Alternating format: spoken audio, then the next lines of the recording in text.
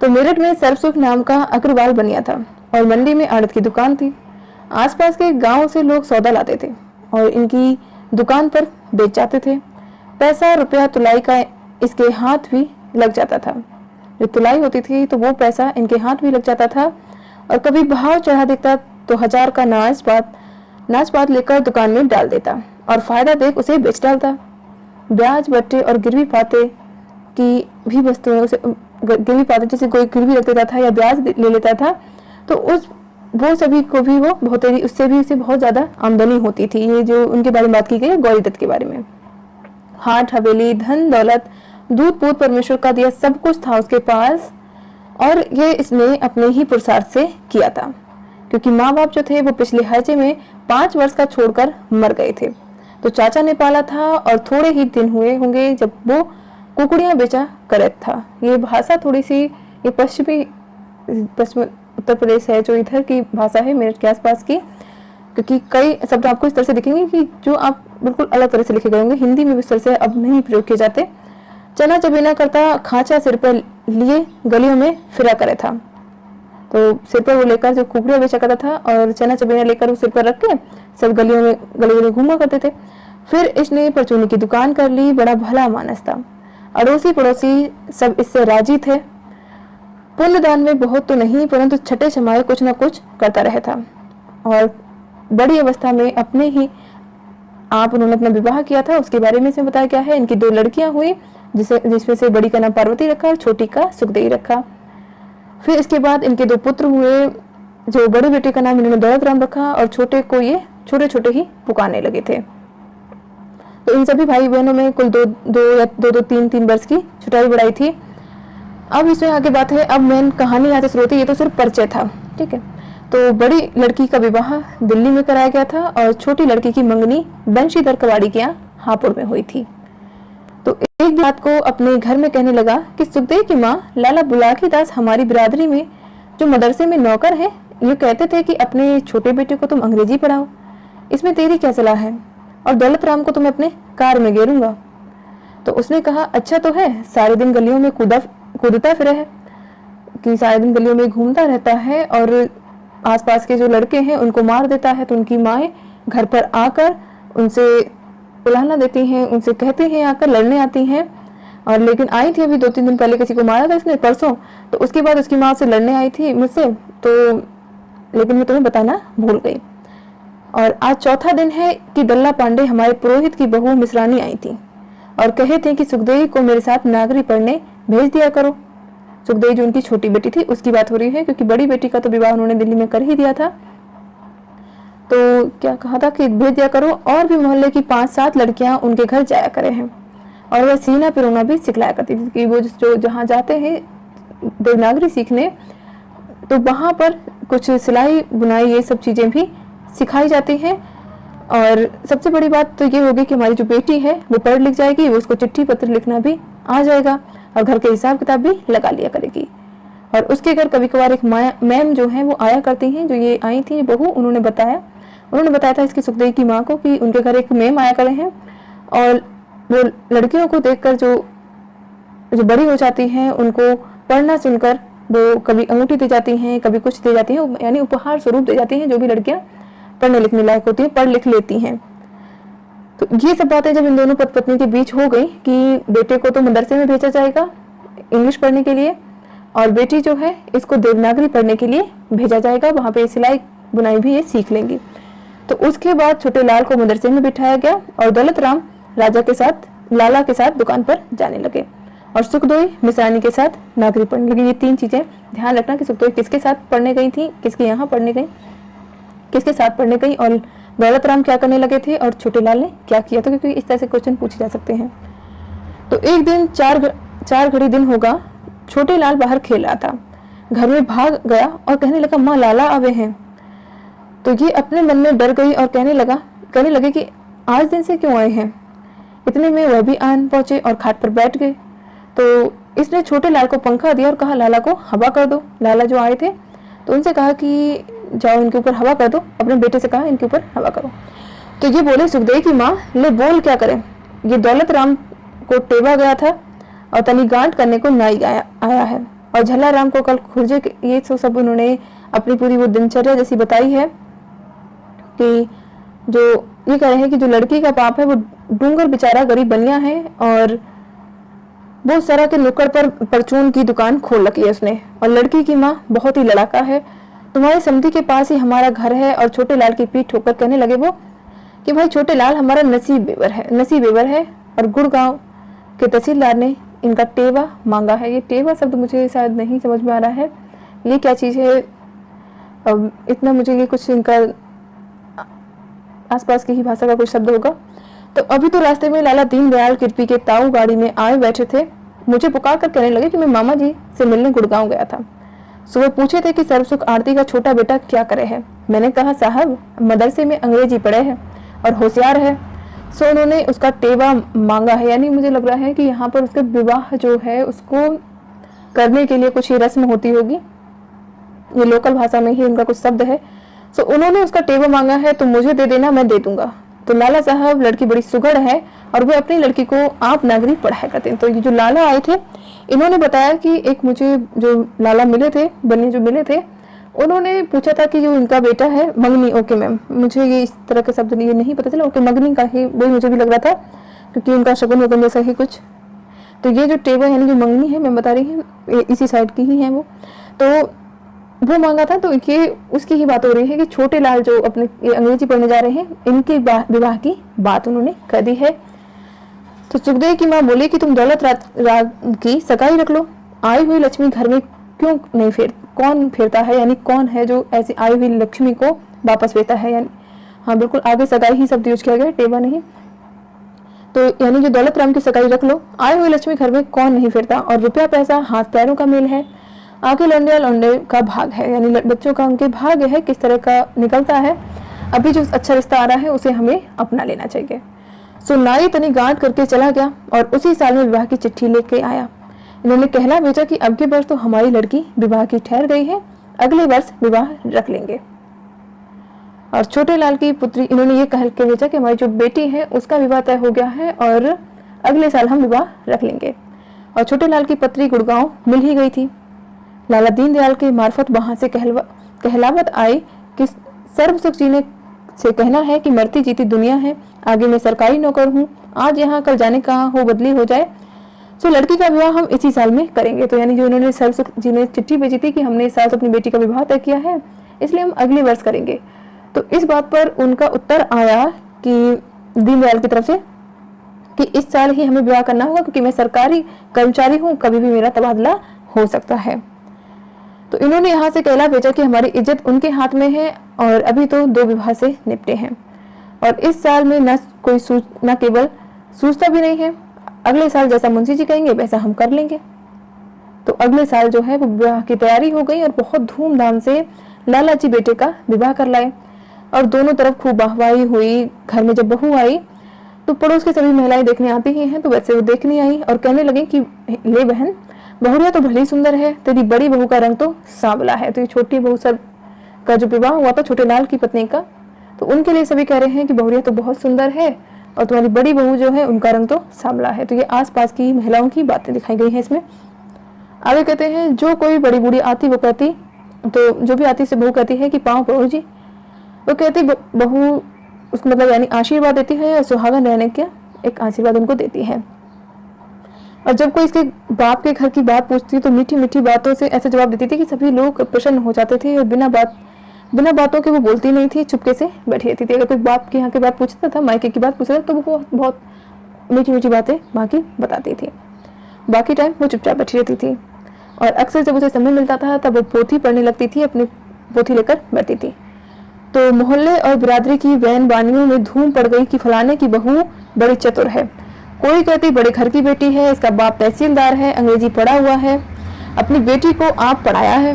कोई कहता जी इसके साथ जो नायन है वो कहे थी इस पे सीनी पिरोनी भी आवे है और भली अच्छी फुलकारी भी काढ़े है, यानी इसको सिलाई कढ़ाई भी आती है, बहुत अच्छी डिजाइन भी कर लेती है और पढ़ी लिखी भी है। और इसके पिता तहसीलदार है, उन्होंने ही इसको पढ़ाया है, उन्हें तहसीलदार है, उन्हें इंग्लिश भी आती है। तो सुखदेव का अभी जो उनकी छोटी बेटी थी उनका भी गौना भी नहीं हुआ था, बाप ही के घर में थी वो। बड़ी बेटी का विवाह हो गया, बड़े बेटे का और छोटे बेटे का, 3 लोगों का विवाह हो गया था। सिर्फ ये सुखदेव ही रह गई थी। तो ये जो ननद थी वो भाभीियों का प्यार इन पर बढ़ गया था और सभी दोनों पढ़ी ये मिल गई थी, क्योंकि जो नई बहू आई थी ये पढ़ी लिखी थी और सुखदेव भी पढ़ी लिखी थी, तो इन दोनों में ज्यादा प्रेम था। सुखदेव इतनी पढ़ी ना थी, परंतु चिट्ठी पत्री तो अच्छी तरह से लिख लिया करे थी। इसने अपनी सब पढ़ी हुई बनेलियों को बुलाया और उनका लिखना पढ़ना अपनी भावज को दिखलाया। तो अपनी सभी सहेलियों को बुलाकर अपनी भाभी को दिखाए कि किस तरह से ये पढ़ती थी, वो सब कुछ अपनी सहेली को दिखाया। तो जब दौलत राम विवाह के लाए थे तो पट्टा फेर करते लाए थे। Good morning. तो इसका कारण ये भी था कि लड़की के बाप घर में पहले ही, जो ये इनकी बड़ी बेटी थी बड़ी बहू पार्वती, उनके घर में पहले से ही कुछ भी नहीं था, तो इसलिए बिल्कुल सिंपल उनका विवाह जो है बिल्कुल सिंपल हुआ था। और गौना वो क्या करते, जो भी था उन्होंने विवाह में खर्च कर लिया, तो गौना तो उनका कुछ हो नहीं सका। तो तब से दौलत राम की बहू जो ज्ञानो जो थी वो ससुराल में ही थी जब से उसका विवाह हुआ था। तो जब कोई बैर बानी बाहर की आती, ना तो बैठने को पीड़ा देती और ना उसकी बात पूछती, और जो कुछ कहती भी तो ऐसी बोलती जैसे कोई लड़े है।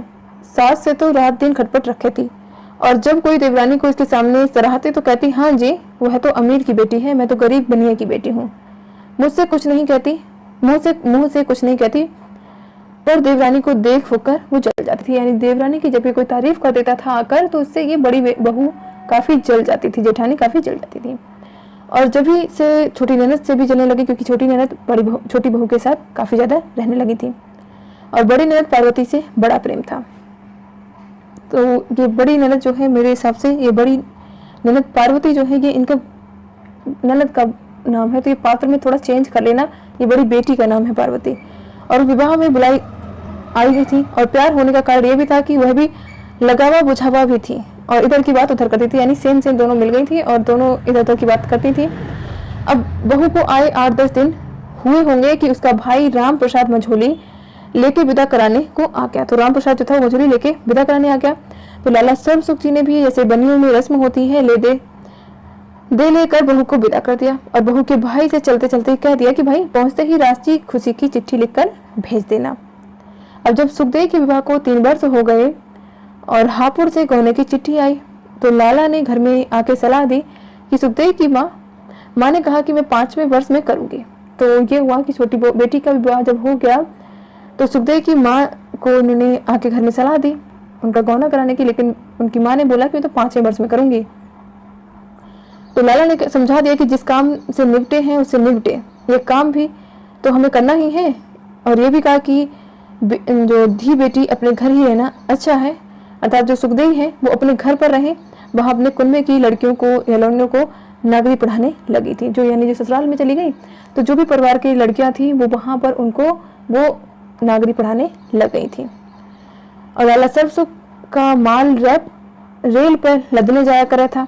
वहां के बाबू से उनकी जान पहचान हो गई थी, और एक दिन कहने लगा कि बाबूजी हमारा छोटा लड़का मदरसे में अंग्रेजी पढ़ने जाया करे है। वो कहे था जो तुम कहो तो तुम्हारे पास काम सीखने आ जाया करे। और बाबू ने कहा कल तुम उसे हमारे पास दफ्तर में भेजना। तो छोटे लाल अगले दिन वहां पहुंच गए और बाबू को अपना लिखना सिखाया। तो बाबू को काफी पसंद आया, रेलवे के जो बाबू थे उनको इनका काफी लिखना पसंद आया। तो इससे कहा कि तुम रोज आया करो, और ये जाने लगा। थोड़े दिन पीछे दफ्तर में 15 रुपए महीने के ये नौकर भी हो गए। इसे नौकर हुए लगभग 1 वर्ष बीत गया था। छोटे बेटे को नौकर हुए लगभग 1 वर्ष बीत गया था, और जो बाबू की बदली अंबाले की हो गई, और ये बाबू का काम किया ही करे था, और साहब भी रोज देखा करे था। बाबू की जगह इसे कर दिया गया, और ये कह दिया गया कि अब तो तुम्हारे 40 रुपए महीना मिलेगा, और काम देख के 60 रुपए महीना हम कर देंगे, यानी उनका प्रमोशन हो गया। तो जब छोटे लाल 15 ही रुपए का नौकर था कि इसके लाला गौना कर लाए थे, और अब गौनियाई अपने घर ही थी। छोटे लाल इस बात से अपने मन में बड़ा मगन था कि मेरी बहू पढ़ी हुई है और बड़ी चतुर है। इधर इसकी घरवाले इससे खूब राजी थे, और यह बात परमेश्वर की दया से होती है कि दोनों स्त्री पुरुष के चित्त इस तरह से मिल जाएं। ये कुछ अचंभे की बात भी नहीं है, क्योंकि दिल तो वहां नहीं मिलता जहां मर्द पड़ा हो और स्त्री बेपड़ी। जब ये दोनों मिलते एक दूसरे से देख बड़े प्रसन्न होते। इधर वह उसके मन की बात पूछती और अपनी कहती थी, इधर उसकी इस बात का बड़ा ही ध्यान रहता कि कोई ऐसी बात ना हो जाए जिससे इसका मन दुखे, और इसकी बेसलाह, उसकी जो बेसलाह कोई काम नहीं करता था, यानी अपनी पत्नी से सलाह लिए बिना वो कोई काम नहीं करता था। और उसके लिए एक नागरिक का अखबार लिया। रात को उर्दू और अंग्रेजी अखबारों की खबरें उसे सुनाता और जब आप थक जाता उससे कहता, लो अब तुम हमें अपने अखबार की खबरें सुनाओ। इस बात से इसको बड़ा ही आनंद होता था। उनका घर तो ऐसा था जैसा और बनियों का हुआ करता था, पर इसने अपना चौबारा सोने और उठने बैठने को सजा रखा था। चादर लग रही थी, कलई की जगह नीला रंग फिरवा रखा था और बोरियों के फर्श पर दरी बिछा रखी थी। ये पूरा बताया गया है किस तरह से उनका पूरा कमरा था। और दो बड़ी कुर्सियां थी, दो छोटी कुर्सी जो जिनको आराम कुर्सी कहते हैं, एक तरफ वो पड़ी रहा करती थी। किताबों की एक अलमारी थी, वो मेज पर लगी रहती थी। दो पलंगों पर रेशम की डोरियों से जो बनी हुई एक चादर खिंची हुई थी। तो ये पूरा कमरा बताया गया कि कमरा कितना सादा कमरा था और कितना अच्छा रख रखाव था उसका। तो जो कोई बाहर की लुकाई आती, छोटे लाल की बहू अपना चौबारा दिखाने ले जाती। एक दिन अपनी जेठानी से बोली कि आओ जी, तुम भी आओ। उसने कहा, अब ले मैं ना आती। और लुगाइयों से कहा, निगोड़ी अपने देवर को चौबारा देख लेना। और लुगाइयां जो थी, औरतें जो थी, उन्होंने कहा, अरे देख लो अपने देवर का जो चौबारा है उसको। तो शर्मा शर्मी उठी चली गई और चौबारे को देख अक धक रह गई। इसकी अटारी में दो पुरानी दुल्हनी खाट पड़ी हुई थी, पेंडोल का पोता और गोबर का चौका भी न था। तो ये अपना जब देखती है कि बड़ी छोटी बहू ने किस तरह से अपना कमरा सजा रखा है, तो इसे देखकर ये काफी चौंक जाती है कि मेरा कमरा जो है, इसका जो कमरा था, क्योंकि उसमें ना तो उसने कोई उसको गोबर से फर्श को किया जाता था, तो वो भी सब नहीं कर रखा था, पोत भी नहीं रखा था। और दो पुरानी दुरानी खाट पड़ी हुई थी। एक कोने में उपलों का ढेर था, दूसरे में कुछ फटे पुराने कपड़े पड़े हुए थे और एक तरफ नाच के मटके लगे थे। तो ये दिखाया गया है किस तरह से उस समय की स्थिति होती थी। जो ग्रामीणों की स्थिति समझ सकते हैं हम इसे, इस तरीके का ही होता है। इसका कारण ये था कि बेचारा दौलत राम तो निरा बनिया ही था, पढ़ा लिखा कुछ था ही नहीं।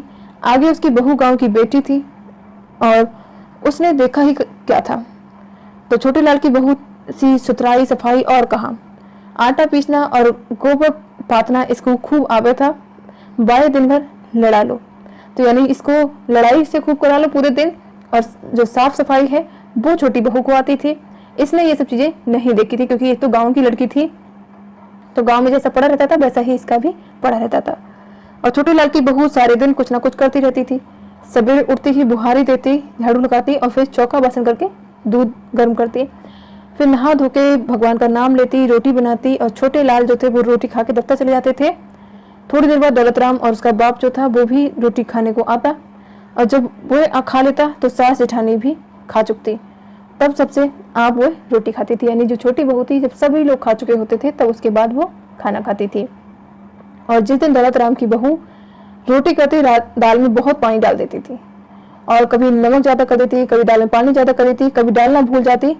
तो गांव की सी मोटी मोटी रोटियां करती, किसी को बहुत सेक देती और कोई कच्ची रह जाती। तो इसलिए जो देवरानी थी, तो उन्होंने इसी में भलाई समझी कि वो खुद ही बेचारी अपना चूल्हा फूंकती थी और खुद ही दोनों वक्त का खाना फिर वो बनाने लग गई। रात को पूरी पराठा और तरकारी लिया करती। दोपहर को रोटी खाने के पीछे घंटा डेढ़ आराम करती थी और फिर सीना पिरोना, मोजे बनाना, फुलकारी काटना, टोपियों पे कलावत्तू की बेल लगाना, ये सभी काम जो है वो करती रहती थी, यानी फ्री नहीं बैठती थी, कुछ ना कुछ वो करती रहती थी।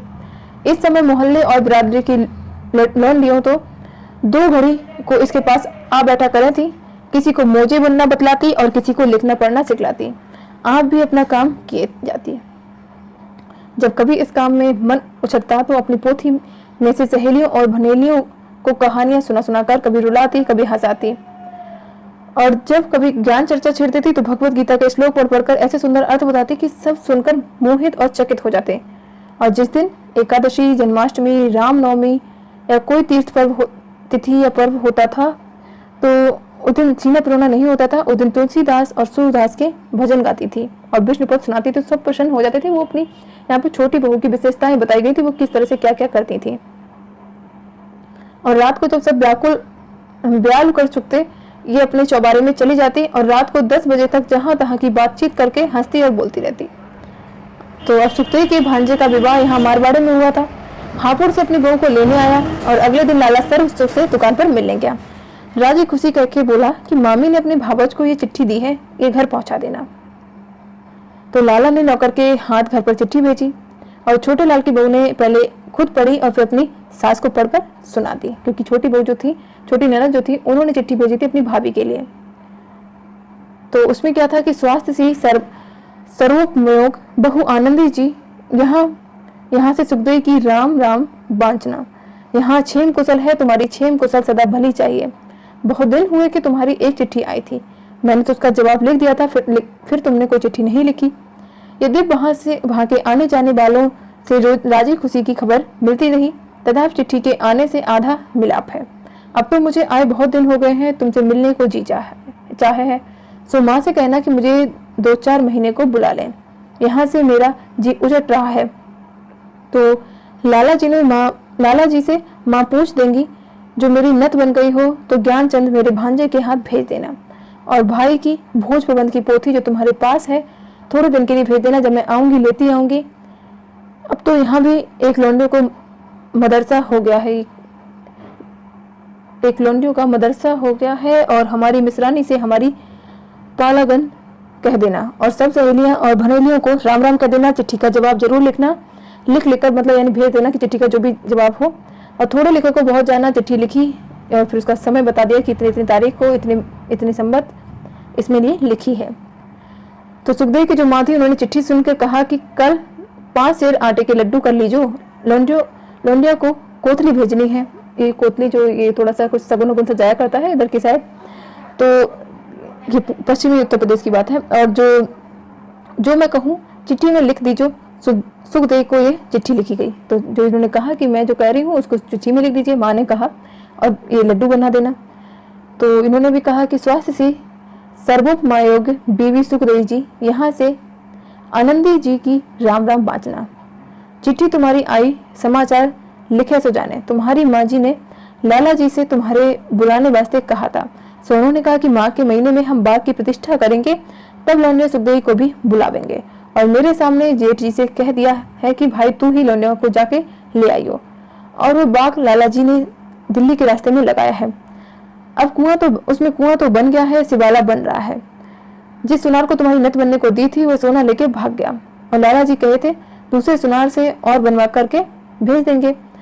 तुम्हारी भनेली रामदई मेरे पास रोज रोज फुलकारी सीखने आया करी थी। बेचारी बड़ी गरीब थी, तुम्हें नित्य याद करती थी, और जेठानी जी के स्वभाव को तो तुम जानो ही हो। एक दिन बेवस्था उससे लड़ पड़ी, 3 दिन से वह नहीं आई है। 2 घड़ी जी बहला रहता, सो यह भी नहीं ना हो सकी, ना देख सकी, मतलब यानी जब वो तुम्हारी ये सहेली नहीं आ रही है तो अब देवरानी जेठानी जी जो थी उन्होंने उसको डांट दिया था, तो वो 3 दिन से नहीं आई है, तो मेरा जी भी यहाँ पे नहीं लग रहा है। फुलकारी का ओढ़ना जो मैं तुम्हारे लिए अपने पीहर से लाई थी, भोज प्रबंध की पोथी, 5 सेर लड्डू और 8 आने नगद तुम्हारे भांजे के हाथ तुम्हें भेजे हैं। रसीद भेज देंगे। तुम्हारी माँ ने तुम्हें राम राम कही है, मेरी राम राम अपनी सासू और भनेलियों से कह देना। चिट्ठी लिखी मिति मार्क्सी सुदी 2 संबत 1925। तो ये पूरा उन्होंने बताया गया चिट्ठी लिखने के बाद तारीख। तो ये चिट्ठी में लिखी हुई चीजें सुखदेव के भांजे के हाथ भेजी गई, और जबानी भी कहलावत गई कि लाला बंसीधर से कह देना कि माँ के महीने में लौंडिया को लेने बहलावेगी। ऐसा ना हो कि उल्टी फिरी आवे, एक चिट्ठी लिख भेजे। तो उन्हें बताया गया कि उनके जो ससुर थे उनको बताया गया कि जो उनकी बहू है सुखदेवी, उसको लेने के लिए माँ के महीने में आया जाएगा। अब यहाँ दौलत राम की बहू बड़ी भोर उठ के गौ की धार काटती, गोबर पाती, नहाती न धोती, चरखा लेकर बैठ जाती, और कभी कभी दाल दलती, नाच फटकती, आटा छानती। 10-10 और 20-20 मन नाच दुकान से इकट्ठा आ जाया था। उसे अकेली बोरियों और कट्टों में भर देती। काम तो बहुतेरा करे थी, पर बैर विषवाद बहुत रखे थी। काम बहुत करती थी, लेकिन बहुत उसके मन में एक अलग अलग तरह से भाव चलते थे, कुंठा वगैरह रखती थी। और ये सास ने दोनों देवरानी जेठानियों को जैसा जिस जोग देखा काम बांट दिया था। पीसना, खोटना, चरखा पूनी, ऐसी मेहनत के काम देवरानी से नहीं हो सकते थे, इसलिए उन्होंने बाप के घर, क्योंकि उन्होंने किए नहीं थे छोटी बहू ने, तो इसलिए उनको ऐसे काम नहीं दिए गए, ये सभी काम जेठानी को दिए गए। परंतु वह उससे 10 गुने अच्छे काम कला बत्तू, गोटा किरानी से जाने की, पीसना कोटना में क्या रखा है, घड़ी भर पीसा 2 पैसे का हुआ, और ये सब 8 आने रोज का कढ़ावट का काम कर लेती थी। तो वो कढ़ाई वगैरह ये सब काम कर लेती थी। तो अलग तरह के काम दोनों को बांट दिए थे उनकी सास ने। जेठानी रोटी खा के फिर चरखा ले बैठती। इस जैसी इसकी भी दो एक बहनेलियाँ थी, सो कोई ना कोई इसके पास आ बैठ करे थी। ये उससे देवरानी की ही झींकना झींकती। सासू का खोट बतलाती कि मेरी सास बड़ी दोजगन है और छोटी बहू को जो कोई आधी बात कहे है तो लड़ने को उठे हैं। ससुर जी से मेरी रात दिन कटनी करे है, यूँ कहे हैं ये तो कच्ची रोटी करे है। बहन जिस पे जैसी आती होगी वैसी करेगी। और ये मेरी देवरानी बड़ी खोट और चुप चोटी है। मेरा देवर 70 चीजें लावे है, दोनों कसम जोरू खावे हैं, किसी को एक चीज न दिखलाते।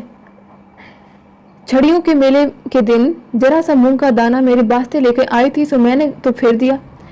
हमें तो जैसा मिल गया खा लिया। मेरी देवरानी छटांग भर पक्का घी दाल में डाल के खावे है। इस प्रकार के चुगली करती थी। तो ये सभी चुगली बताई कि मेरी सास कहती है ससुर से कि ये कच्ची रोटी करती है, मेरी देवरानी जो है ये घी डाल के इतना खाती है, और कभी जो हमारे देवर है वो बहुत अच्छी चीज़ें लाते हैं लेकिन ये कोई भी चीज़ देती नहीं है। तो इस तरह से ये सभी बातें वो अपनी सहेलियों से करती है। तो इस तरह से नित्य चुगली करती थी और अपनी देवरानी को सुना सुना कर चरखा काटती जाती, ताने महीने और बोली ठोली मारती जाती कि ले पीसे कोई और खावे कोई। कोई ऐसी लुगाई भी होती होगी और पीसना नहीं, जो पीसना नहीं जानती हो, यो कहो मेहनत नहीं होती। तो देवरानी जो थी वो चुपके सुनती थी, कभी कुछ नहीं कहती। एक दिन उसने इतना कहा कि जेठानी जी तुम्हारा कैसा स्वभाव है, बाहर की लुगाइयों के सामने तो बोली ठाली की बात मत किया करो, कहा करो इसमें घर की बदनामी है। उसके पीछे ऐसी 5 पत्थर लेकर पड़ी कि उसे पीछे छुड़ाना दुर्बल हो गया। तो उसने जब ऐसे समझाने की कोशिश की तो उसके पीछे बहुत बुरी तरीके से वो पड़ गई, बहुत लड़ाई की उससे और बोली अब चल तो तेरी जेठानी है उससे कह, छोटा मुंह और बड़ी बातें, आप मेरी बड़ी बन के बैठी हैं और जो कुछ मुंह में आया कहती रही। वो बेचारी चुपकी होकर चली गई। सास ने कहा अरे तू उससे क्यों बोली थी? उसने कहा अरे जी मैंने तो उसके भले की बात कही थी। सास ने कहा मैं क्या करूं, तुम्हारी वो कहावत है कि अपना मर्द जगत की हाँसी। तो ये तुम्हें समझना चाहिए कि किस तरह किसी को समझाने का कोई फायदा नहीं है। यही सास ने उसको समझाने का प्रयास किया। तो दौलत राम की बहू जहां तक होता उस अपने मालिक से रात को नित्य प्रति सास और देवरानी की बुराई करती थी। तो यानी दौलत राम से बुराइयां करती थी सास की और देवरानी की। तुम जानो आदमी ही तो है और बेपड़ा। तो रोज रोज के सिखलाने और बहकाने में दौलत राम भी अपनी बहू की हिमायत करने लगा और माँ से लड़ने लग गया। जब उसकी माँ ने ये हाल देखा तो एक दिन उसके बाप से कहा कि उनको ये सलाह दी कि दौलत राम को अलग कर दो और छोटी बहू और मैं रहूंगी तुम्हारी तुम जानो, कि मैं छोटी बहू के साथ रहूंगी, तुम्हारी तुम जानो, और बड़े ये जो बेटे हैं इनको अलग कर दो। ऊंच नीच सोच के बड़ी देर में जवाब दिया कि अच्छा तो मैं बड़ी बहू की मैं रोटी खा लिया करूंगा। अपना सिर पकड़ कर बैठ गया और कहने लगा कि बिरादरी के लोग हंसेंगे और ठट्ठे मारेंगे कि फलाने के घर लुगाइयों में लड़ाई हुई थी जो उसने अपने बड़े बेटे को जुदा कर दिया। देखो ये कैसी बहू आई है, इसने हमारी बात में बट्टा लगाया और घर 3-13 कर दिया। 3-13 बिल्कुल मतलब यह मुहावरे का उन्होंने यूज किया है। तो उनकी पत्नी बोली कि अजय जब अपना ही पैसा खोटा हो तो परखन वालों को क्या दोष है। जग तो आरसी है, जैसा लोग देखेंगे वैसा कहेंगे। सामने का दालान दौलतराम को दे दिया और सब तरह से जुदा जुदा कर दिया। जो कोई चीज दुकान से आती दोनों घर आधी आधी बढ़ जाती। जब ये खबर गुड़गांव पहुंची कि लाला सर्व सुख के यहाँ और तुम्हें लड़ाई रही थी, सो उन्होंने अपने बेटे को जुदा कर दिया। सो तहसीलदार साहब ने अपनी बेटी को एक चिट्ठी लिखी। तो जब उन्हें पता चला कि दोनों बहुएं अलग अलग हो गई हैं, दोनों बेटियां, तो उन्हें जब पता चला तो उन्होंने अपनी बेटी को एक पत्र लिखा। जो छोटी बहू है उनका नाम है आनंदी, ठीक है। तो उन्होंने कहा कि सर्वोपमायोग बीबी आनंदी जी, यहाँ के राम प्रसाद आदि समस्त बाल गोपाल की राम राम बाँचना। यहाँ क्षेम कुशल है, तुम्हारी क्षेम कुशल चाहते हैं। देखो यहाँ पे जो ये बीबी शब्द प्रयोग किया गया है, ये बेटी को कहते हैं, बेटी समान को कहते हैं। ये शब्द यहाँ एक लोकल शब्द समझ सकते हैं आप इसको। यहाँ क्षेम कुशल है, तुम्हारी क्षेम कुशल चाहते हैं। तुम्हारी माँ तुमको बहुत याद करते हैं, सो मैं तुमको बहुत जल्दी ही बुलाऊंगा। तुम्हारे छोटे भाई गंगाराम को मदरसे में बैठा दिया है और बड़े भाई राम प्रसाद को तुम्हारे ताऊ के पास आगरे इस कारण से भेजा कि वहाँ कॉलेज में पढ़कर वकालत का इम्तिहान दे देगा। और तुम्हारी छोटी बहन भगवान दई 1 महीने से मांदी है और जब से उसका लिखना पढ़ना छूटा हुआ है। और तुम तो आप बुद्धिमान हो, परंतु तो भी जो पिता का धर्म है 2-4 बातें लिखना आवश्यक है। बेटी, जो मैं तुमसे उसी दिन प्रसन्न रहूंगा जब मैं ये सुनूंगा कि तुम्हारे ससुराल वाले तुमसे प्रसन्न हैं। तुम्हारा लिखना पढ़ना उसी दिन काम आवेगा जब तुम अपनी सास की आज्ञा में रहोगी। सास को माता के तुल्य जानना, ननद और जेठानी को अपनी बहन से अधिक मानना। और यह जानता हूँ कि सब लड़कियों को ससुराल में जाकर प्रथम कठिनता महसूस होती है, मालूम होती है। और इसका कारण यह भी है कि बाप के घर में तो कुछ और ही चाल चलन होता है और ससुराल में जाकर नए नए तौर तरीके सीखती हैं। जी घबराता है, परंतु ज्ञानवान जो लड़कियां होती हैं वो घबराती नहीं है, अपने काम करती जाती हैं। ये भी जानना उचित है कि माँ बाप का घर तो केवल थोड़े ही दिन के लिए है, सारी अवस्था ससुराल में ही काटनी है। अपने धर्म कर्म पर चलना, ईश्वर को याद कर रखना, आए गए का आदर सम्मान करना, सबसे मीठा बोलना, संतोष से अपने कुटुंब में गुजरान करना, आपको तुच्छ जानना और अच्छे कुल की बेटियों का यही सब कुछ धर्म है। ज्ञान चालीसा की पोथी में तुमने पढ़ा है कि अच्छों से सबको लाभ होता है। मेरा इस कहने का प्रयोजन यह है कि कोई स्त्री तुम्हारे कुटुंब की तुमको सीने परोने का काम दे, जो अवसर मिले तो उसे कर देना जो उचित हो। क्योंकि देखो, विद्यादान का शास्त्र में जैसा महात्म लिखा है, यानी जो बातें तुमको आती है वो दूसरों को भी सिखा देना। ये सब उनके पिता ने ये सब उनको सीख दी। और ये चिट्ठी छोटेलाल के खत में बंद होकर आई और उसने अपने घर में दे दी। तो दौलत राम के जुदे होने में 6 महीने पीछे एक लड़की हुई। इधर उसी दिन हापुड़ से चिट्ठी आई कि लाला सर्व सुख जी अनंत चौदस के दिन 4 घड़ी दिन ढले तुम्हारे देवती हुई है। तो उस समय लाला दुकान पर थे। चिट्ठी को पढ़ के लाला ने दौलत राम से कहा कि ले भाई, लौंडियों ने घर घेर लिया, ये चिट्ठी अपनी माँ को सुनाइया। तो उनकी मतलब वो नाना भी बन गए और दादाजी भी। तो दौलत राम की लड़की की छठी तो हो चुकी थी। दसूठन के दिन लाला भी घर ही थे और सारे कुटुंब ने उस दिन दौलत राम के ही घर खाना खाया था। दोपहर को दुकान से एक पल्लेदार चिट्ठी लेके आए। बोले कि लाला जी, चिट्ठी तुम्हारे नाम दिल्ली से आई है। मुनीम जी ने खोली नहीं, तुम्हारे पास भेजी है और ये आना महसूल का दिया है, एक आना महसूल का दिया है। तो लाला ने चिट्ठी पढ़ के कहा कि पार्वती की बड़ी लौंडिया का बसंत पंचमी का विवाह है। 15 दिन पहले वो भात नोतने आवेगी, सो अब भात का फिक्र भी करना चाहिए। और घरवाली बोली कि सुखदेव को छूछक भेजना है। फिर ऐसे ही 2-4 गृहस्थ की बातें करके कहा कि ये सभी जो चीज़ें यहाँ पे बातें की गई हैं, ये उनकी आम जो प्रथाएं हैं उनके बारे में कहा गया है कि बेटी के यहाँ कुछ बच्चा होता है तो वहाँ वो कुछ सामान वगैरह मायके से जाता है तो उसको छूछक कहते हैं। और जो भात नोतने का इसमें कहा जा रहा है कि जब जो बड़ी बेटी थी उनके बेटे की शादी थी, उनकी संतान की शादी थी, बेटा या बेटी की, तो वो भात नोतने आएंगी, उनकी बड़ी लड़की का विवाह था। तो ये बात वो भी मतलब कुछ अपने रस्में होती हैं, उनके बारे में यहाँ पे बताया गया है। और कहा कि छोटे लाल के घर में भी लड़की वाला होने वाला है। बहू के बाप को एक खत गिरवा देना कि साध भेज दे। धौन पर पके लड्डू, 5 तियल बागे, 5 गहने, कुछ मूंग चावल, 1 रुपया नगद छूचक के नाम पर, ये सब मतलब चीजें भेज दी गई। तो जब पार्वती भात नौतने आई तो अपनी देवरानी को साथ लाई, गुड़ की भेली देके बोली कि विवाह में सबको आना होगा। तो लाला जी ने कहा, बीबी, छोटे लाल की तो छुट्टी नहीं है, दौलतराम भात ले आवेगा। और विवाह के 1 दिन पहले नाई ब्राह्मण को साथ ले दौलतराम भात लेकर दिल्ली जा पहुंचे। उस दिन सारी बिरादरी में बुलावा फिर गया और आज भात लिया जाएगा। तो जो भी 51 रुपये नगद, नथ, बिछुआ, छन, ये सब बताया गया है कि जो भी चीजें भात में आई थी ये सभी पार्वती ने अपने ससुराल वालों को दिखाया और अपने ससुर के हवाले कर दिया कि मेरे मायके से ये चीजें आई हैं। और जब भात लेके डोरी पर पहुंचे थे, पार्वती 10-20 तो स्त्रियों को साथ लिए गीत गाती हुई भाई का आरता करने आई थी। वहां दौलत राम को जो कोई पूछता ये कौन सा साहब है, तो कह देते कि ये भाती हैं। इन दिनों छोटे लाल की बहू गर्म चीज न खाती, बहुत करके कोड़े पे न जाती और न बोझ उठाती। जब किसी चीज को खाने का जी करता तो अपनी सास व और किसी बड़ी बूढ़ी से पूछकर मंगा लेती। ऐसी वैसी चीज न खाते, खट्टी चीज तो बहुत जी चाह करे था, सो कभी कभी नींबू का अचार व कैरी खा लेते। तो जेठ सुदी 3 जुमेरात के दिन छोटे लाल के घर लड़के का जन्म हुआ। बड़ी खुशी हुई। नक्कार खाना रखा गया, जन्म पत्र लिखी गई, बिरादरी वालों को 1-1 पान का बीड़ा दिया और वह उठ खड़े हुए और बोले, लाला सर सुख जी मुबारक। उन्होंने उत्तर दिया कि साहब आपको भी मुबारक। और बाहर जो नाई ब्राह्मण घिरे थे उन सबको पैसा पैसा बांट दिया गया। दाई को 1 रुपया दिया और 5 रुपये मांगती रही। तो जच्चा के खाने को गूंद की पंजीरी हुई। अब जो भाई बिरादरी और नाते रिश्ते में से औरतें आती, लौंडे की दादी का मुबारक व बधाई कह के बैठ जाती। वह कहती, जी भगवान ने दिया तो है, अब इसकी उम्र लगावे और लहना सहना हो। तो ये सब इस तरह से आकर सभी उसको आशीर्वाद देती, हरिष्टोली करती, सभी प्रसन्न थे।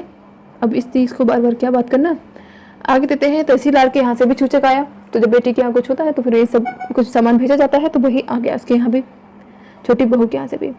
तो सारी बिरादरी में वाहवाही हुई। जिसके स्वभाव खोटे पड़ जा है फिर सुधारने कठिन पड़ जा है। यह कुछ तो खुशी हुई, पर जेठानी एक दिन को भी आके न खड़ी हुई। छठी और दसूटन के दिन चरखा लेकर बैठी और जिस दिन देवरानी 40 दिन का नहा नहा के उठी तो उस दिन बरिया नाक में बत्ती देके छींका और सास और देवरानी को सुना कर कहती कि जिसके नसीब खोटे हैं उसकी बेटी हो है और जिसके नसीब अच्छे हैं उसके बेटा हो है। तो यानी वो बहुत चिढ़ गई इस बात से कि उनके यहाँ बेटा हुआ। तो इस चीज पर वो जबरदस्ती उन्होंने छींका, क्योंकि जब वो नहा के जो छोटी बहू थी वो उठी थी तब उन्होंने जबरदस्ती एक अपशकुन जैसा उनको करवाना चाहा।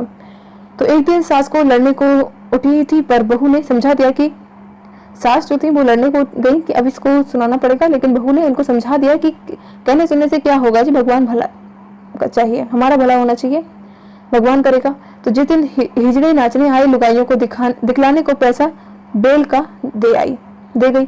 छोटे लाल ने लौंडे को खिलाने को एक टहल भी रख दी और उससे कह दिया कि बच्चे को राजी रखियो।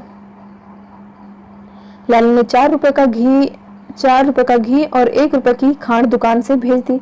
और जब रात को घर आए तो घरवाले से कह दिया कि घी को ताके रख छोड़ियो और बहू की खिचड़ी व दाल में डाल दिया करियो। ये सब पूरा बताया गया है कि किस तरह से वो बात करें। मेन चीज इसमें अभी स्टार्ट नहीं हुई है, भाग 2 में ही वो चीज शुरू होगी जो यहाँ पे वो बताना चाह रहे हैं। पूरे उपन्यास में उन्होंने ये बताना चाहा है कि किस तरह की उस समय की परिस्थितियां होती थी, घर का वातावरण किस तरह का होता था।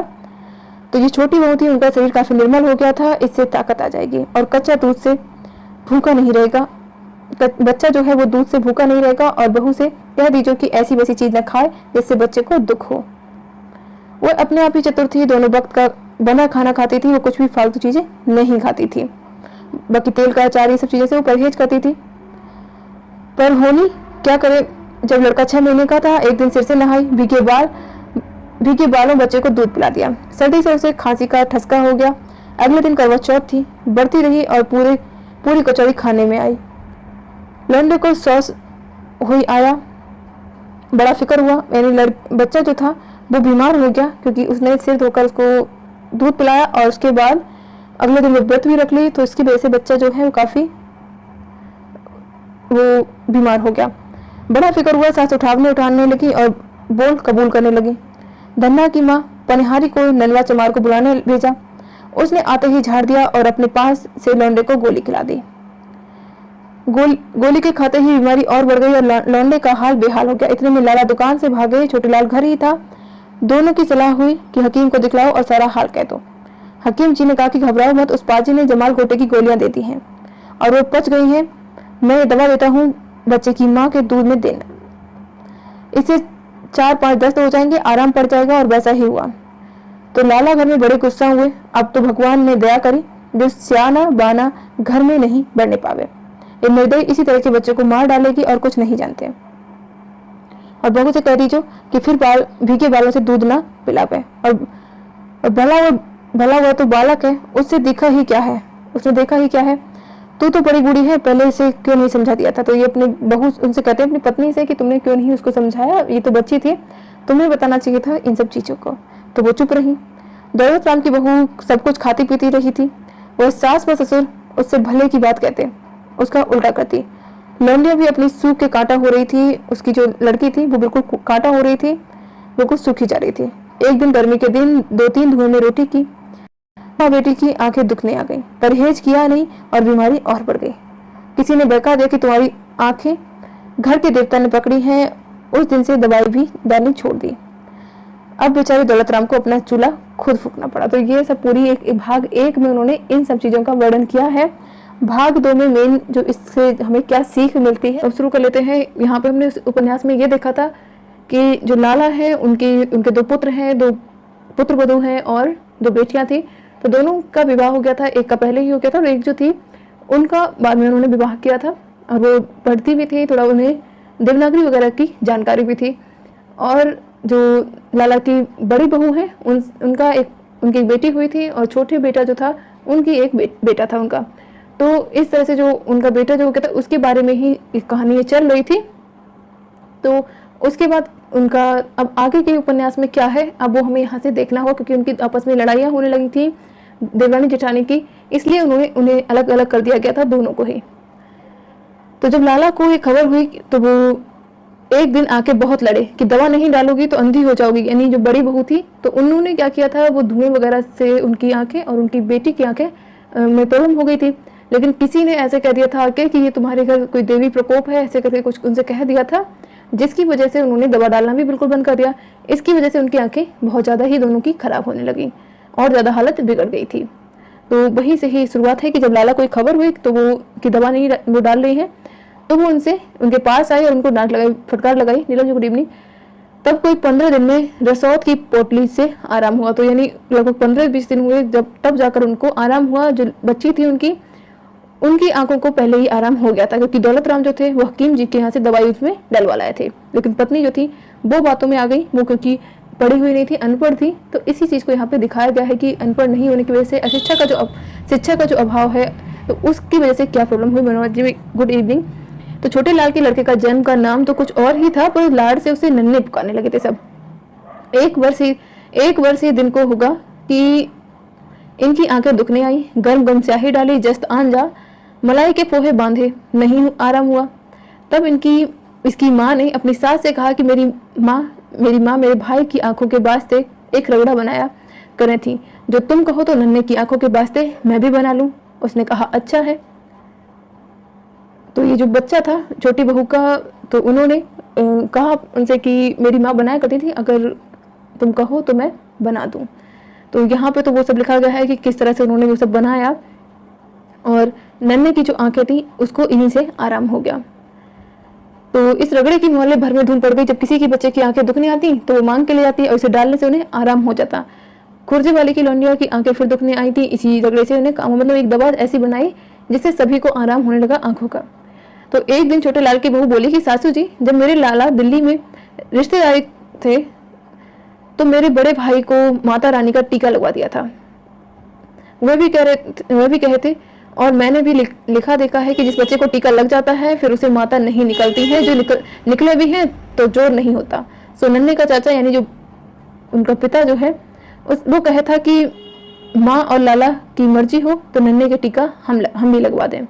तो ये उन्होंने उनसे पूछा कि अगर आप चाहें तो हम इसको माता जो निकलती हैं चेचक वगैरह उसको कहते होंगे शायद, तो कि उसका हम इसे टीका लगवा दें, क्योंकि मेरे भाई को मेरी माँ लगवाया करती थी।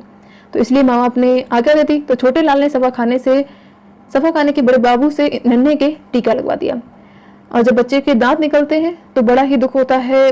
जो दूध पीता है डाल देता है, तो यानी उसको पेट भी खराब होता है, उल्टियाँ भी होती हैं, शरीर काफ़ी दुबला हो जाता है और बच्चा रोता बहुत, उसकी यानी बहुत दर्द होता है और वो दूध नहीं पीता है। तो यही सेम हालत उसकी हो गई थी। तो एक बार ऐसा हुआ कि सबने आस छोड़ दी थी, बकरी के दूध से आराम हुआ फिर। और एक दिन छोटे लाल अपने साहब की चिट्ठी लिखवा के बड़े डॉक्टर के पास भी नन्हे को लेके गए। तो डॉक्टर साहब ने बताया कि बच्चे के जब दांत निकलते हों तो उसको जंगलों और मैदानों की बहुत सवेरे रोज रोज हवा खिलाई जाए, इससे अच्छी और कोई दवा नहीं हो सकती। अब छोटे लाल ने अपने नौकर को हुक्म दिया कि जब तक गरुड़ ना बने नन्हे को गोद में लेके गोलक बाबू के बाग तक रोज हवा खिला के लाया करो। और जब नन्हा जो था वो 2 वर्ष का हुआ तो गरुड़ने में बैठा कर सूर्य कुंड तक भेजने लगे और बहुत करके लाला छोटे लाल आप भी गरुड़ने के साथ जाया करे थे। इससे नन्हे का सब रोग जाता रहा और शरीर में बल आ गया। तो एक काम जो डॉक्टर ने बताया था कि बहुत सुबह हवा लेनी चाहिए, ताज़ी हवा, तो उससे उन्हें आराम होगा। तो वो देने लगे उनको, तो उससे उन्हें आराम हुआ। और रात को दोनों स्त्री पुरुष उसे खिलाते और बड़े मग्न होते। जब छोटे लाल कहता आओ नन्हे मेरे पास आओ, वो चट चला जाता। और जब उसकी माँ कहती आओ हमारे पास आओ हम चीज़ें देंगे, वह नहीं आता।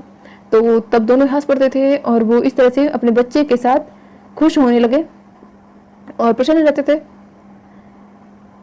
तो यही सब उनकी बातें हैं कि जब छोटे लाल किसी प्रकार के संदेह में होता, ये चाचा चाचा कह के उनसे लिपट जाता, उसका संदेह जाता रहता और उसे गोद में उठा के खिलाने लगता और कभी कहता कि नन्हे को अंग्रेजी पढ़ा के रुड़की कॉलेज में भेजेंगे और इंजीनियर बनावेंगे। उसकी घरवाली कहती कि नहीं, इसको तो तुम वकील बनाना, मेरा ताऊ आगरे में वकील है, हजारों रुपए महीने की आमदनी है और घर के घर है, किसी का नौकर नहीं।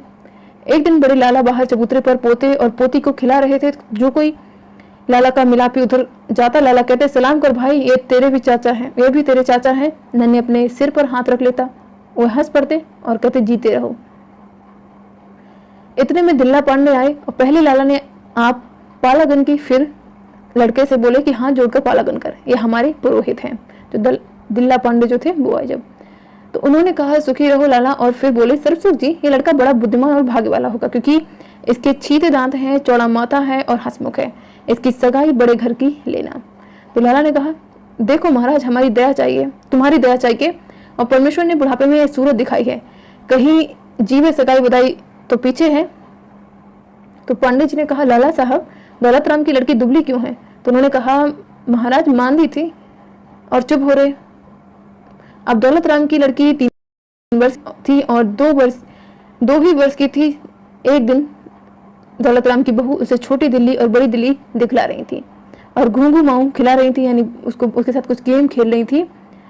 तो इसमें जो लड़की थी उसकी हंसली उतर गई, रोई और चिल्लाई बहुत हुआ। तो सिबिया की चाची एक पड़ोसन थी, उसे बुलाकर उसने आके चढ़ाई।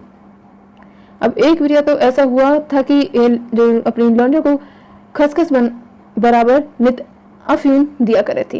ये इसलिए कि वो अपने काम धंधे में लगी रहे, वह चून पूनी किया करती। लौंडिया नशे में खटोले पर पड़ी हुई खेला करती, यानी जो वो दौलत राम की पत्नी थी वो अपनी बेटी को एक कुछ वो नशे वाला वो कुछ दे देती थी, जिससे वो अपने नशे में पड़ी रहती थी। अफीम वगैरह जैसा कुछ होता होगा शायद, उस चीज को दे देती थी, तो उससे वो पूरे दिन पड़ी रहती थी और वो अपना काम करती रहती थी। तो एक दिन उस लड़की का अच्छा नहीं होगा, जी खराब हो रहा होगा, तो वो बहुत रो रही थी। उसने जाना कि इसका नशा उतर गया और चने बराबर उसे और दे दी।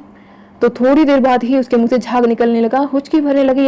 ये हाल देख सुखदेव की माँ ने दौलत राम को दुकान से बुलवाया, वो हकीम जी को लाया, तब उन्होंने रद्द करने की दवा दी। उससे कुछ आराम पड़ा और लौंडिया मरते मरते बची। तो यहाँ पे एक चीज और यहाँ पे बताई गई है, किस तरह से अज्ञानतावश वो इन चीजों को देती थी जो बच्चे के लिए नुकसानदायक थी। एक तरफ जो छोटी बहू थी वो अपने बच्चे के लिए टीका लगवाना और उनके समय समय पर उनके लिए क्या आवश्यक है उसका ध्यान रखती थी, और एक तरफ ये थी जो अपने काम करने के लिए ये तक ध्यान नहीं देती बच्चे को किस तरह की चीज देनी चाहिए। तो दौलत राम की बहू की भनेली, जिसका नाम नथिया था, कोर्ट पर रहे थी और कभी कभी इसके पास आया करे थी। उसका मालिक साहब बहुत ज्यादा इसमें पात्र है। मालिक साहब लोगों में कपड़े की फेरी फिरा करे थे। दीनानाथ कपड़े वाले की दुकान पर मैंने वो नौकर था। जब सायंकाल को सारे दिन का हारा थका घर आता, नून तेल को छींकना लिबड़ता। इसमें ऐसे इतने ज्यादा उपन्यास में इतने पात्र हैं कि आप यही नहीं समझ पाएंगे कौन सा पात्र कहाँ पे आया और कब चला गया, और काफी कंफ्यूज है किसका नाम क्या था। कभी कहती मुझे गहना बना दे, रोती छींकती, लड़ती भिड़ाती, उसे रोटी न करके देती। कहती कि फलाने की बहू को देख, गहने में लद रही है, उसका मालिक नित नई चीज लावे है, मेरे तो तेरे घर में आके भाग फूट गए। मैं कहता अरे भगवान जाने भगवान रोटियों की क्यों कर गुजारा करे, तुझे गहने पाते की सोच रही है। एक न सुनती, रात दिन कलेश रखते हुए दुखी होकर निकल गया और अपनी चिट्ठी भी नहीं भेजी। तो एक दिन वो अपनी भनेली से मिलने आई थी, वह तो घर नहीं थी, छोटे लाल की बहू के पास चली गई। उसने बड़े आदर सम्मान से उसे बिठाया और पूछा कि तुम्हारा हाल क्या है। तो उसने अपनी सारी विपता अपनी कही और यह भी कहा कि मैंने सुना है कि बसंती का चाचा, मैंने जो बाप है, वो जयपुर में लक्ष्मीचंद सेठ की दुकान पर मुनीम है। तुम मेरी तरफ से एक ऐसी चिट्ठी लिख दो कि वह हमको वहां बुला ले, आप यहाँ चला आए, और जैसा मेरा हाल है उसके लिखने में कुछ संदेह मत करो, मैं जीते जी तुम्हारा गुण नहीं भूलूंगी। तो छोटे लाल की जो बहू थी उन्होंने यही लिखा, स्वस्थ श्री सर्वोपरि विराजमान सकल गुण निधान, बसंती के लाला जी, बसंती की चाची की राम राम वंजना। जिस दिन से तुम यहाँ से गए हो, बाल बच्चे मारे मारे फिरे हैं, तन पर कपड़ा नहीं, पेट की रोटी नहीं, कोई बात नहीं पूछता तुम कौन हो, कोई नहीं पूछता कि तुम कौन हो।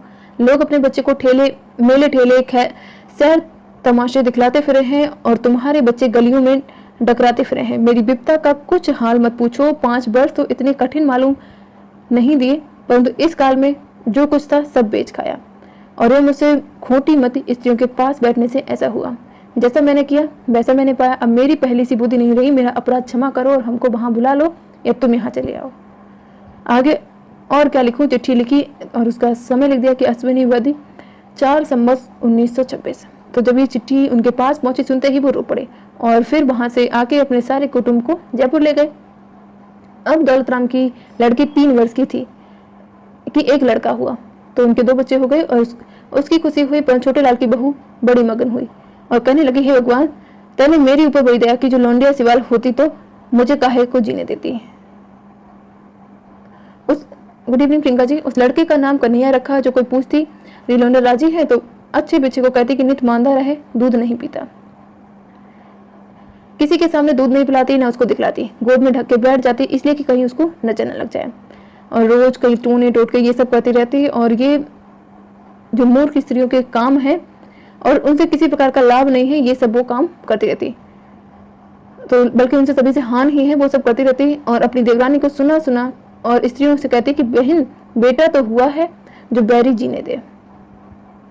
यानी बेटा तो हो गया है, लेकिन अगर ये बैरन जो है ये जीने दे तब पता चलेगा, तब हो कुछ सही भला, ये पता नहीं है इसे कब मार दे। तो जब छोटे लाल की बहू मांदी ही थी कि एक लड़का और हुआ, उसका नाम मोहन रखा और उसको धा को इस कारण दे दिया कि बीमारी में बच्चे की माँ का दूध सूख गया था। इधर उसका इलाज होने लगा और उधर मोहन जो था वो धा के पलने लगा। धा का 2 रुपया महीना कर दिया और ये कह दिया गया दाई वगैरह जो होती है दाई माँ कि जब लड़के को तुझसे लेंगे राजी कर देंगे। वो मल्याने गांव में शहर से 2 कोस अंतर से रहे थी। 30 त्योहार के दिन आती, त्योहारी ले जाती और जब कभी छोटे लाल व उसका लाला घर होते, चौन्नी वाटन्नी धाको दे देते और उसकी लल्लो पत्तो कर देते कि घबराइयो मत, इस घर से तुझे बहुत कुछ मिलेगा। और वह धा जाटनी थी। उसका जाट लाला की दुकान पर 65 के दिन घी बेचने आया करे था। सो लाला उससे भी कह दिया करे था कि भाई तुम्हारे घर की सी बात है और वह लौंडा तुम्हारा ही है, उसको राजी रखना। तो जब छोटे लाल की बहू को आराम हो गया तो 5वें वर्ष में लड़के को उन्होंने धा से ले लिया। तो एक दिन यानी लेने की सलाह उन्होंने आपस में की। एक दिन मुहूर्त दिखला के उस जाट से कह दे कि फलाने दिन तुम दोनों 4 घड़ी कि तुम दोनों पति पत्नी 4 घड़ी दिन चढ़े लड़के को लेके चले आओ। वह आ गए। 25 रुपए और दोनों जाटनी और जाट को 5 कपड़े और 1 रुपया उसकी भंगन आंत को देकर छोटे लाल की बहू ने जाटनी की गोद में से लड़के को अपनी गोद में ले लिया। तो उसकी सास ने कहा, बहन तेरे लायक तो कुछ है नहीं, तुम्हें जो दे सो थोड़ा, आगे तेरा घर है, भगवान इसकी उम्र लगावे, तुझे बहुत कुछ देगा। बहू की गोद में लड़का रोने लगा और कहने लगा कि मैं तो अपनी माँ के पास जाऊंगा। सबने कहा यही तेरी माँ है। वह न माना और जाटनी की गोद में आ गया। कहने लगा कि माँ घर चल। अब जाटनी आंसू बरलाई और कहने लगी, बेटा यही तेरी माँ है और यही तेरा घर है। अब सुखदेव की जो माँ थी उन्होंने कहा, बीबी 2-4 दिन अभी तो यहीं रहे, जब पड़ जाएगा अपने घर चले जाना, यानी जब ये यहाँ पे ढल जाएगा तो तुम अपने घर चले जाना। ये सब जानते थे कि छोटे बेटे पर बहुत प्यार होता है और पुत्र से प्यारा क्या है। जिसके घर में इतना धन दौलत हो उसके लाड़ प्यार का क्या ठिकाना है। और जब छोटे लाल दफ्तर से आता, बाहर से ही पुकारता बेटा मोहन, वह भी घर में से भाग जाता और बाप के हाथ में से रुमाल छीनकर ले आता। उसमें कभी दाल से भी, कभी बालू साई, कभी इमरती पाता और माँ को दे देता। माँ बड़े को तो दादी का लाडला बतलाती और छोटे को आप ऐसा चाहती कि होठों 8 पहर अपनी आंखों के सामने रखती। किसी का भरोसा न करती, जहां आप जाती उसे साथ ले जाती। थोड़े ही दिन में उसे 100 तक गिनती सिखला दी, नागरिक के सारे अक्षर बतला दिए। तो अब जो नन्ना जो था उसकी अवस्था 7 वर्ष की थी। तो जब उसे पांडे के यहाँ मूर्त करा के अंग्रेजी पढ़ने को मदरसे में बिठला दिया गया। अब नन्हे की सगाई कई जगह से आई पर छोटे लाल और उसकी बहू ने फेर दी और ये कह दिया कि 15-16 वर्ष का जब होगा तब विवाह और सगाई करेंगे। यानी जब इतने छोटे बच्चे होते थे तो यानी जब वो 7 वर्ष का था और मदरसे में पढ़ने जाता था तब उसकी सगाई की बात आने लगी। तो लेकिन ये कहते थे कि जब तो बच्चा 15 वर्ष का नहीं होगा, सुनिए जी गुड इवनिंग, जब तो बच्चा 15 वर्ष का नहीं होगा तब तक हम शादी नहीं करेंगे। अब बाबा दादी ने कहा, ये तुम क्या गजब कर रहे हो, जब सियाना हो जाएगा कौन विवाह सगाई करेगा? लोग कहेंगे कि ये जात में खोटे होंगे जो अब तक विवाह नहीं हुआ। लाचार इनको बुलंदशहर की सगाई रखनी पड़ गई। और जिस दिन सगाई ली गई और नन्हे टीका करवा के उठा, दौलत राम की बहू उसी समय बाहर से आग लाई। तो इतने छोटे थे कि उनको टीकाकरण भी चल रहा था, लेकिन उनकी सगाई हो गई थी। Good evening Priyanka ji. तो उसी दिन बाहर से आग लाई, चक्की पीसने बैठी और सिर धोया और अपनी मरी माँ को बहुत याद करके बहुत रोई। सबने बुरा कहा और दौलत राम को भी बहुत गुस्सा। दौलत राम जो था वो भी बहुत गुस्सा हुआ, तो क्योंकि उसने इस तरह से जो ये सब काम किए जबरदस्ती। तो चोटीलाल की बहू की मामा की बेटी दिल्ली से मेरठ में बिहाई हुई आई थी। उसकी बेटी जब 9 वर्ष की थी, कोयल में शिवलाल बनिए के बेटे से विवाही गई थी और उसकी भी एक ही बेटा था। एक दिन कोटे पर खड़ा वो पतंग उड़ा रहा था, पेंच लड़ा रहा था कि ऊपर दृष्टि थी तो धड़ाम से वो नीचे गिर गया। तो ये इनका ध्यान रखना, क्योंकि ये चोटीलाल की बहू की मामा की बेटी जो थी, इनका विवाह मेरठ में हुआ था और जब वो 9 वर्ष की थी। तो यहाँ पे शिवलाल के जो बनिया था उनके बेटे से उनकी विवाह हुआ था। तो एक दिन जब वो पतंग उड़ा रहा था तो उसका पैर उस पर से गिर गया और उसकी हड्डियां टूट गई, सिर में बहुत चोट आई और वो 2-3 दिन जिया और उसके बाद वो मर गया। तो सो दिल्ली वाले की लौंडिया 10 वर्ष की अवस्था में विधवा हो गई। कृपी नाम था, बड़ी भोली लौंडिया थी। ऊपर को निगाह उठा के नहीं देखती थी। अपनी मासी से विष्णु सहस्त्र नाम पढ़ लिया था, निपाठ किया करे थी और जाप करे थी। कथा वार्ता सुनती रहती, कार्तिक और माह नहाती, चंद्रायण के व्रत करती, यानी बहुत ज्यादा वो पूजा पाठ करने वाली थी। तो अब क्या हुआ, इसमें कभी कभी अपनी मौसी के पास वो मिलने आया करती थी। तो वो इसे देख देख बहुत दुखी होती और अपनी बहन से कहती कि देखो इस लौंडिया ने देखा ही क्या है, अब क्या जानेंगे कि मैं भी जगत में आई थी, किसी के जी की कोई क्या जाने हैं, इसके जी में क्या क्या आती होगी। इसके साथ की लौंडिया अच्छा खावे हैं, पहने हैं, हंसे हैं, बोले हैं, गावे हैं, बचावे हैं। तो इसकी मौसी ये सब सोचती रहती थी। तो कहती 7 फेरों की गुनहगार है, पत्थर तो हमारी जात में पड़े हैं, मुसलमान और साहब लोगों में दूसरा विवाह हो जाए है। और अब तो बंगालियों में भी होने लगा है, जाट, गुर्जर, नाई, धोबी, कहार, अहीर आदियों में तो दूसरे विवाह की कुछ रोक टोक नहीं। आगे धर्मशास्त्र में भी लिखा है कि जिस स्त्री का उसके पद से संभाषण नहीं हुआ हो और विवाह के पीछे पति का देहांत हो जाए तो वहां पुनर्विवाह योग है, वो स्त्री जो है वो पुनर्विवाह के योग्य है। तो उस स्त्री का दूसरा विवाह कर देने से कोई दोष नहीं है।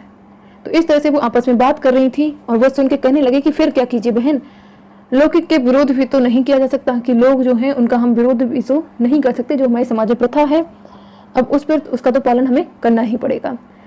तो दौलत राम की लौंडिया मुलिया ने कनाकतों में गोबर की सांझी बनाई। दीवे बले मोहल्ले की लौंडियां इकट्ठी हो जाती और एक गीत गाती। तो गीत यहाँ पे दिया गया है।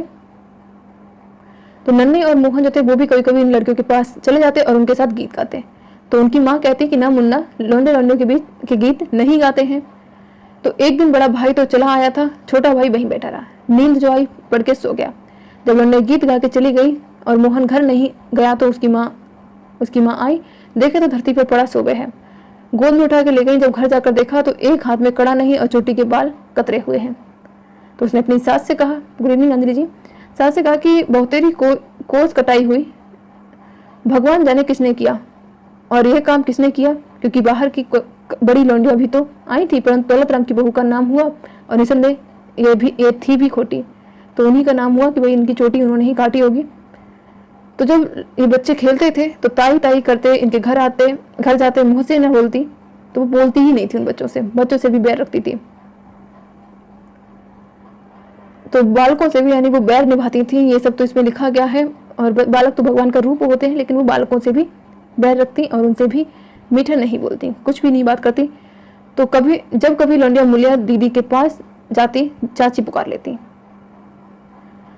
प्यार करके अपने पास बिठाती, जो चीजें लौंडों को खिलाती पहले इसको देती और बेटों को बराबर देती।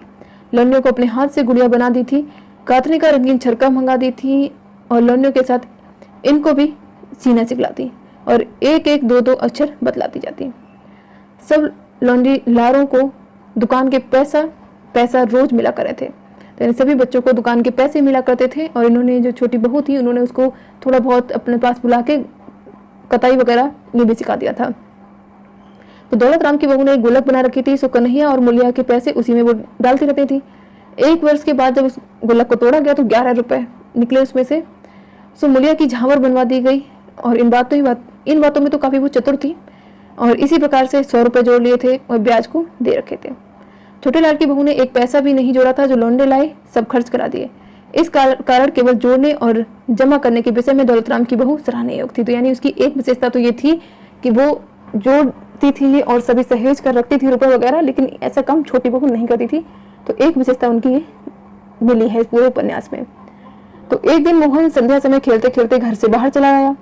दिवाली के दिन थे। एक जुआनी ने, जो देखने में भला आदमी लग रहा था, आते ही मोहन को गोद में उठा लिया और कहा कि तेरे बाबा ने तुझे खाड़ के खिलौने देने को बुलाया है और आज बाजार में बड़ा तमाशा होगा। ये बालक ही तो था। बोला मैं अपनी माँ से पूछ आऊं। उसने कहा मैं तेरी माँ से पूछ आया हूँ, तुझे तमाशा दिखा के छोड़ आऊंगा। जाड़ा जाड़ा करके उसे अपनी चादर में दुबका लिया, जंगल को ले गया। अंधेरी रात थी। चिमन तिवारी के बाग में ले जाके उसे बोला कि तुम मुझे अपना गहना दे दो। वो रोने लगा। फिर उसने कहा जो रोबोगे तो गला घोट के कुएं में गिर दूंगा। तुम जानो अपनी जान सबको प्यारी है। बेचारा लड़का डर गया और चुप हो गया। उसने इसके कड़े बाली तगड़ी उतार ली और बाएं हाथ की अंगूठी में जो सोने की अंगूठी थी उंगली में, उसको ऐसा दांतों से खिसका कर खींचा कि उंगली में से लहू निकलने लगा। फिर इस निर्दयी ने उस बालक से पूछा कि तू मुझे पहचाने भी है? उसने कहा नहीं। तो ये सुन और उसे एक गड्ढे में धक्का देकर वो भाग गया। उधर जब दीवे बल गए और मोहन घर नहीं आया तो वहां तलाबेड़ी पड़ी, यानी उसको ढूंढने प्रारंभ कर दिया कि मोहन आया क्यों नहीं है घर पर। दादी मोहल्ले के लंडों के घर पूछने गई। उन्होंने कहा कि वह एक आदमी के साथ तमाशा देखने दुकान गया है। तो दुकान को आदमी दौड़ाया, वहां कहाँ था।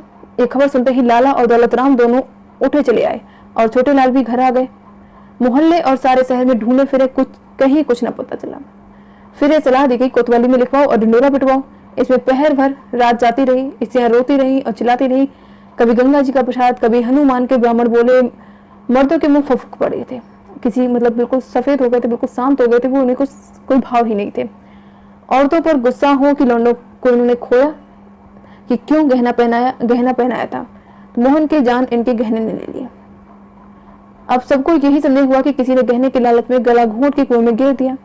तो बड़े लाला ने जमादार के कहने से 5-7 पुल्ले बाहर बुलवाए, मसाले जलवाए, सब दरवाजों से बाहर लोगों को देखने भेजा। बागों और मंदिरों में के कुओं में कांटे डाल डालकर सब जगह देखा गया। अब चिमन तिवारी के बाग में पहुंचे और मसाल के साथ दौलतराम था।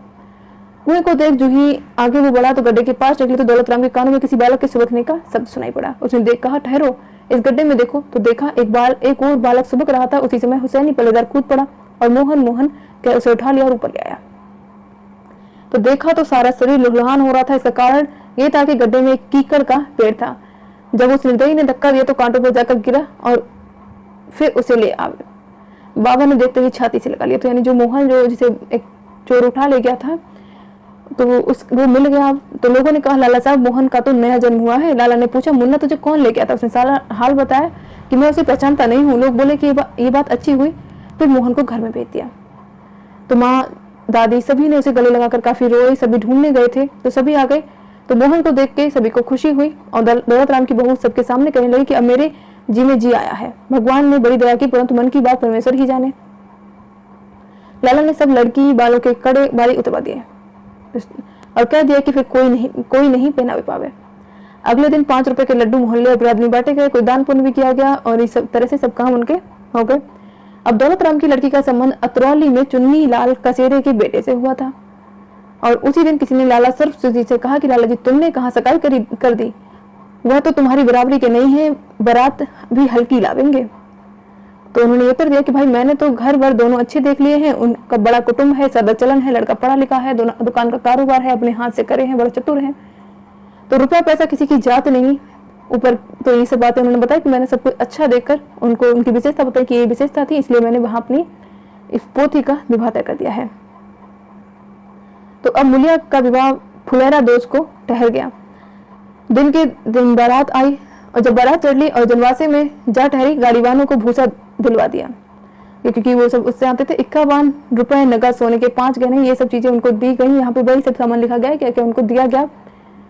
और जब खेत देख के लौटे तो ये कहते आए कि लाला साहब जीवने की जल्दी करो, 10 बजे से पहले के फेरे हैं, ऐसा ना हो कि लगन टल जाए। तो ये जो भोजन की जल्दी तैयारी करो जिससे कि जो मुहूर्त है वो निकल ना जाए। तो जब बारात जो थी वो खाना खाने गई तो नौसा इसलिए नहीं आया कि कुंवारे नाते नहीं जीमते हैं।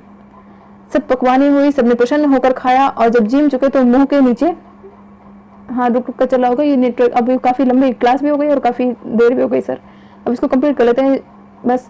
तो दिलाराम पांडे और एक ब्राह्मण ने जो समधियों की ओर से था मिलकर विवाह करा दिया और फेरों पर से उठ के भूड़ बांटी और फिर समधी ने जनवासी में चले गए। तो इस तरह से उनकी पूरा विवाह हुआ। तो ये पूरे विवाह की ही बात हुई है। अगले दिन उनकी विदा हो गई। तो उस समय लाला सर्वसुख जी ने सब बरातियों को 1 रुपया दिया, नारियल टीके, ये उनकी बहुत वाहवाही हुई और कुछ पकवान भी दिए। बहुत बहुत धन्यवाद प्रियंका जी। तो ये सब उन्होंने अपने कुछ रुपए दिए, क्या पकवान वगैरह खिलाए, उनके बारे में यहाँ पे बात की गई है। तो और कमीनों को ले दे, लाला सर्वसुख और दौलत राम ने हाथ जोड़ के कहा कि लाला साहब हमसे कुछ नहीं बन आया, तुमने सब हमको ढक लिया। वह बोले लाला तुमने हमारा घर भर के बाहर भर दिया।